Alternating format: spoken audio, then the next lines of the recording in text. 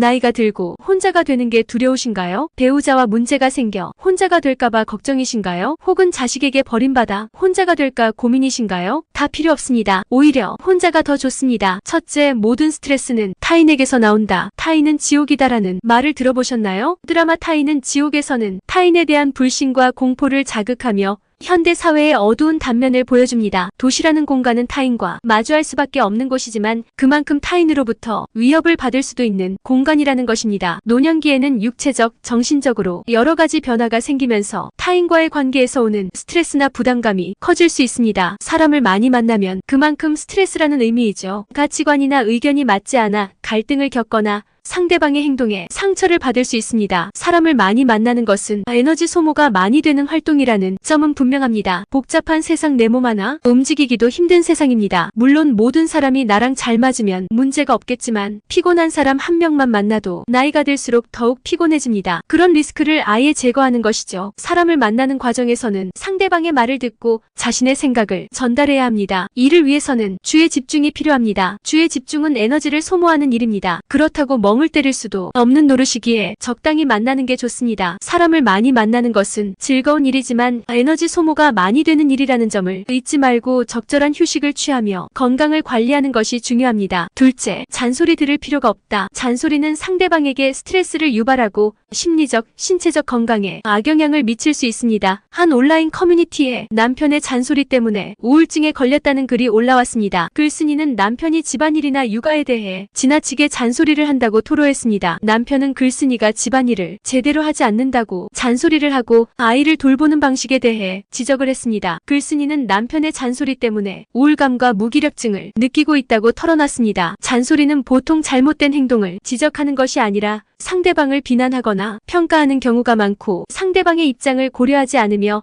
자신의 의견을 강요하는 경우가 많습니다. 상대방에게 스트레스와 불쾌감을 주는 경우가 많습니다. 배우자는 가사 노동이나 육아, 재정 관리 등에 대한 의견 차이로 인해 잔소리를 할 수 있습니다. 하지만 배우자의 잔소리가 지나치거나 비난과 평가의 성격이 강하다면 결혼 생활에 불화가 생길 수 있습니다. 한국인은 잔소리를 많이 하는 것으로 알려져 있습니다. 실제로 한국인의 잔소리 수치는 OECD 국가 중 상위권에 속하는 것으로 나타났는데요. 한국인의 문화적 특성, 가족관계의 특성, 교육 방식 때문이라고 합니다. 한국인들은 공동체의 일원으로서 협동 정신을 중요하게 생각합니다. 이러한 협동 정신은 잔소리로 이어질 수 있습니다. 예를 들어 부모는 자녀가 잘못된 행동을 하지 않도록 잔소리를 합니다. 부모는 자녀에게 권위를 행사하며 자녀는 부모의 권위에 복종합니다. 이러한 권위주의적 가족관계는 잔소리로 이어질 수 있습니다. 예를 들어 부모는 자녀가 자신의 말을 따르지 않을 때 잔소리를 합니다. 이는 자녀가 부모의 권위에 복종하도록 하기 위한 것입니다. 학생들은 경쟁에서 우위를 차지하기 위해 노력합니다. 이러한 경쟁 분위기는 잔소리로 이어질 수 있습니다. 따라서 혼자 살면 타인의 의견이나 간섭을 받지 않고 자기주도적인 삶을 살 수 있습니다. 이는 자신이 원하는 시간에 일어나서 원하는 일을 할 수 있다는 점에서 큰 장점입니다. 굳이 사서 잔소리를 들을 필요가 없는 셈이죠. 마지막으로 자유로운 인생을 살 수 있다입니다. 혼자 살면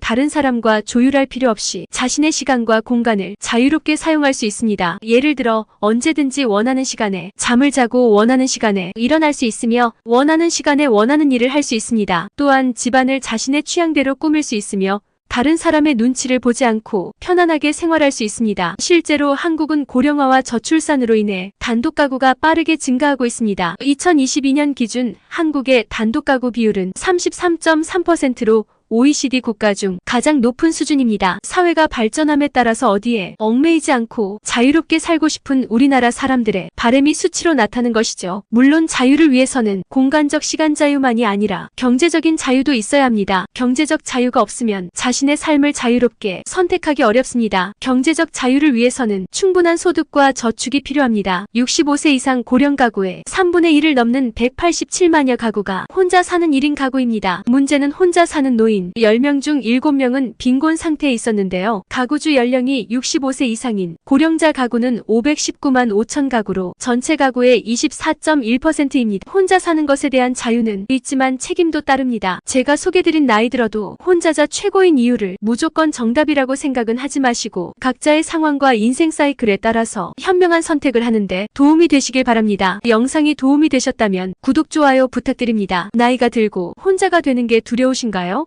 배우자와 문제가 생겨 혼자가 될까봐 걱정이신가요? 혹은 자식에게 버림받아 혼자가 될까 고민이신가요? 다 필요 없습니다. 오히려 혼자가 더 좋습니다. 첫째, 모든 스트레스는 타인에게서 나온다. 타인은 지옥이다라는 말을 들어보셨나요? 드라마 타인은 지옥에서는 타인에 대한 불신과 공포를 자극하며 현대 사회의 어두운 단면을 보여줍니다. 도시라는 공간은 타인과 마주할 수밖에 없는 곳이지만 그만큼 타인으로부터 위협을 받을 수도 있는 공간이라는 것입니다. 노년기에는 육체적, 정신적으로 여러 가지 변화가 생기면서 타인과의 관계에서 오는 스트레스나 부담감이 커질 수 있습니다. 사람을 많이 만나면 그만큼 스트레스라는 의미이죠. 가치관이나 의견이 맞지 않아 갈등을 겪거나 상대방의 행동에 상처를 받을 수 있습니다. 사람을 많이 만나는 것은 에너지 소모가 많이 되는 활동이라는 점은 분명합니다. 복잡한 세상 내 몸 하나 움직이기도 힘든 세상입니다. 물론 모든 사람이 나랑 잘 맞으면 문제가 없겠지만 피곤한 사람 한 명만 만나도 나이가 들수록 더욱 피곤해집니다. 그런 리스크를 아예 제거하는 것이죠. 사람을 만나는 과정에서는 상대방의 말을 듣고 자신의 생각을 전달해야 합니다. 이를 위해서는 주의 집중이 필요합니다. 주의 집중은 에너지를 소모하는 일입니다. 그렇다고 멍을 때릴 수도 없는 노릇이기에 적당히 만나는 게 좋습니다. 사람을 많이 만나는 것은 즐거운 일이지만 에너지 소모가 많이 되는 일이라는 점을 잊지 말고 적절한 휴식을 취하며 건강을 관리하는 것이 중요합니다. 둘째, 잔소리 들을 필요가 없다. 잔소리는 상대방에게 스트레스를 유발하고 심리적, 신체적 건강에 악영향을 미칠 수 있습니다. 한 온라인 커뮤니티에 남편의 잔소리 때문에 우울증에 걸렸다는 글이 올라왔습니다. 글쓴이는 남편이 집안일이나 육아에 대해 지나치게 잔소리를 한다고 토로했습니다. 남편은 글쓴이가 집안일을 제대로 하지 않는다고 잔소리를 하고 아이를 돌보는 방식에 대해 지적을 했습니다. 글쓴이는 남편의 잔소리 때문에 우울감과 무기력증을 느끼고 있다고 털어놨습니다. 잔소리는 보통 잘못된 행동을 지적하는 것이 아니라 상대방을 비난하거나 평가하는 경우가 많고 상대방의 입장을 고려하지 않으며 자신의 의견을 강요하는 경우가 많습니다. 상대방에게 스트레스와 불쾌감을 주는 경우가 많습니다. 배우자는 가사 노동이나 육아, 재정 관리 등에 대한 의견 차이로 인해 잔소리를 할 수 있습니다. 하지만 배우자의 잔소리가 지나치거나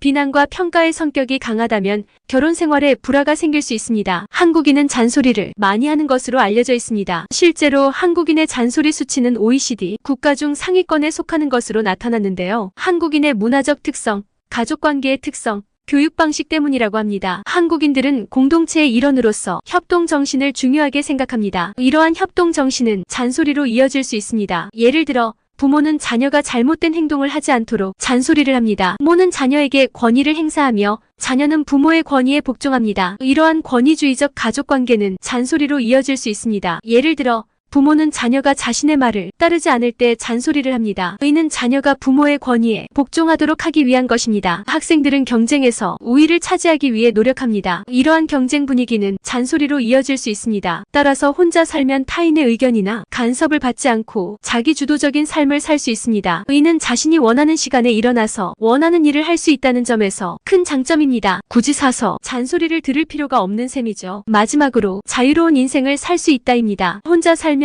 다른 사람과 조율할 필요 없이 자신의 시간과 공간을 자유롭게 사용할 수 있습니다. 예를 들어 언제든지 원하는 시간에 잠을 자고 원하는 시간에 일어날 수 있으며 원하는 시간에 원하는 일을 할 수 있습니다. 또한 집안을 자신의 취향대로 꾸밀 수 있으며 다른 사람의 눈치를 보지 않고 편안하게 생활할 수 있습니다. 실제로 한국은 고령화와 저출산으로 인해 단독가구가 빠르게 증가하고 있습니다. 2022년 기준 한국의 단독가구 비율은 33.3%로 OECD 국가 중 가장 높은 수준입니다. 사회가 발전함에 따라서 어디에 얽매이지 않고 자유롭게 살고 싶은 우리나라 사람들의 바람이 수치로 나타나는 것이죠. 물론 자유를 위해서는 공간적 시간 자유만이 아니라 경제적인 자유도 있어야 합니다. 경제적 자유가 없으면 자신의 삶을 자유롭게 선택하기 어렵습니다. 경제적 자유를 위해서는 충분한 소득과 저축이 필요합니다. 65세 이상 고령 가구의 3분의 1을 넘는 187만여 가구가 혼자 사는 1인 가구입니다. 문제는 혼자 사는 노인 10명 중 7명은 빈곤 상태에 있었는데요. 가구주 연령이 65세 이상인 고령자 가구는 519만 5천 가구로 전체 가구의 24.1%입니다. 혼자 사는 것에 대한 자유는 있지만 책임도 따릅니다. 제가 소개드린 나이 들어도 혼자자 최고인 이유를 무조건 정답이라고 생각은 하지 마시고 각자의 상황과 인생 사이클에 따라서 현명한 선택을 하는데 도움이 되시길 바랍니다. 영상이 도움이 되셨다면 구독, 좋아요 부탁드립니다.